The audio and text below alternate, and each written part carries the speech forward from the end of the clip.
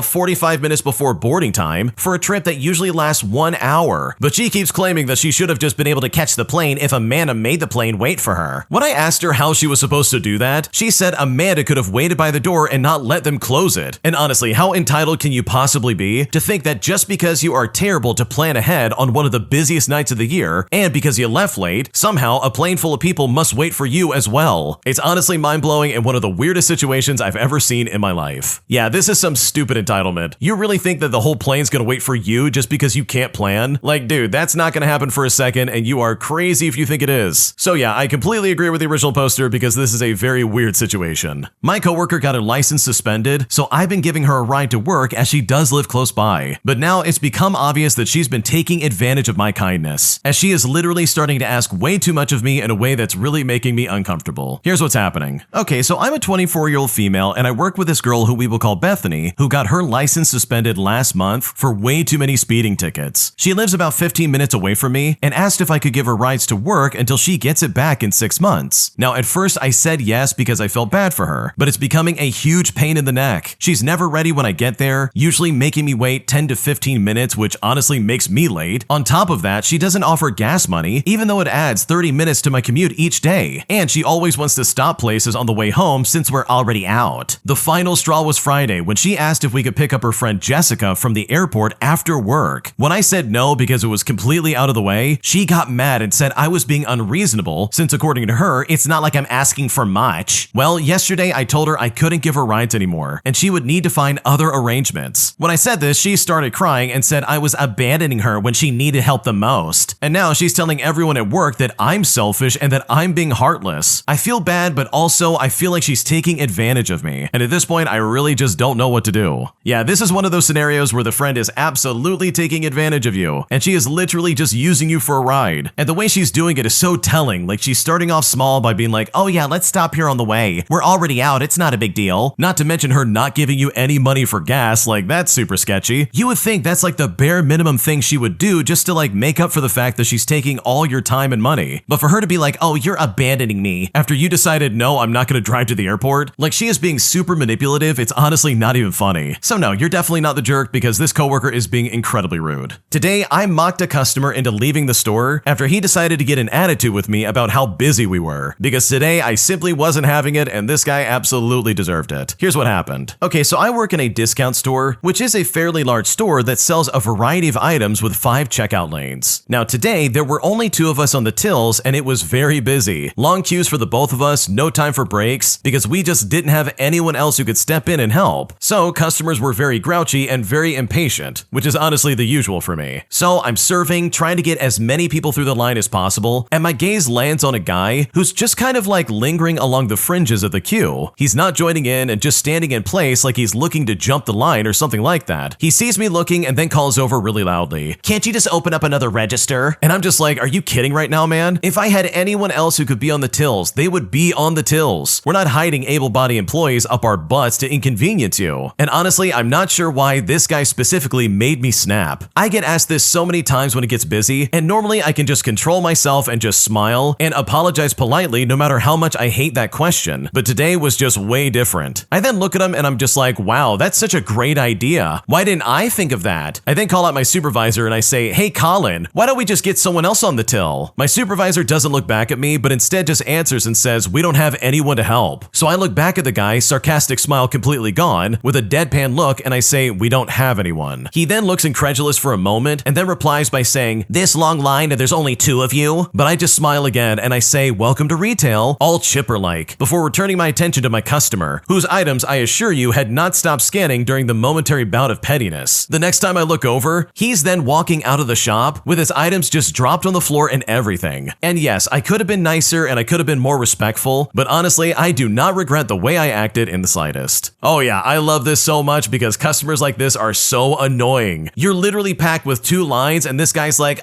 this is too long for me. You need to open up another register. And it's like, oh, you caught us. Let's get those employees we're hiding in the back. Like seriously, what a dumb question and what a dumb way to approach pretty much anybody working their job. Do you really think they don't have people available and ready to like help out and do their job? Like seriously, get a grip. That's so annoying. So yeah, you didn't do anything wrong because this guy absolutely deserved to get mocked because his question was really dumb and very condescending. An entitled jerk tries to scam my restaurant by trying to claim that we broke the windshield of his car with our menus, even though that literally is not possible. Here's what happened. Okay, when I was a teenager, a local restaurant paid kids to put their menus on car windshields. I would sometimes hang out in the restaurant because the menus were typically delivered the same days each month, and jobs were first come, first served. So if you came early, you could get as many menus as you wanted, rather than hoping that enough would be left so that you can earn some decent money. Now, occasionally, someone would approach me and complain about me leaving things on their car, but we were just instructed to apologize to those people and give them a generous coupon for their inconvenience. But ironically enough, the ones who got pissed off were usually the ones who became customers, because the coupon we gave was really solid. One day, I was hanging out in the dining area waiting for flyers, and a young man, maybe in his early 30s at most, stormed in and started yelling for the manager. Now, this place was chronically understaffed, so the closest thing we had was a veteran server who had been with the restaurant for maybe about 10 years. The server basically said, okay, where's the fire? How can I help you? Please stop shouting in the dining area. We can make out that the guy was upset about his windshield between him shouting and some of the awful things he was saying. Now, we figured he didn't like having a menu put on his car, but he kept insisting that the server go outside to look, and I decided to follow out simply out of morbid curiosity. When I went out there, I saw a little Miata 2-seater convertible was parked outside with a strikingly amateur yellow wrap job and a windshield fully shattered. Now, the server was pretty confused at that point, and he asked the guy, wait a second, you don't seriously think one of our teenage menu kids did this, do you? To which the driver shouted back and said, of course he did. He slammed the menu down so hard he trashed my windshield. This is my only vehicle. I need to be reimbursed. Now, the server tried to calm him down and was eventually able to discern that his assertion was that there was a menu on or around his windshield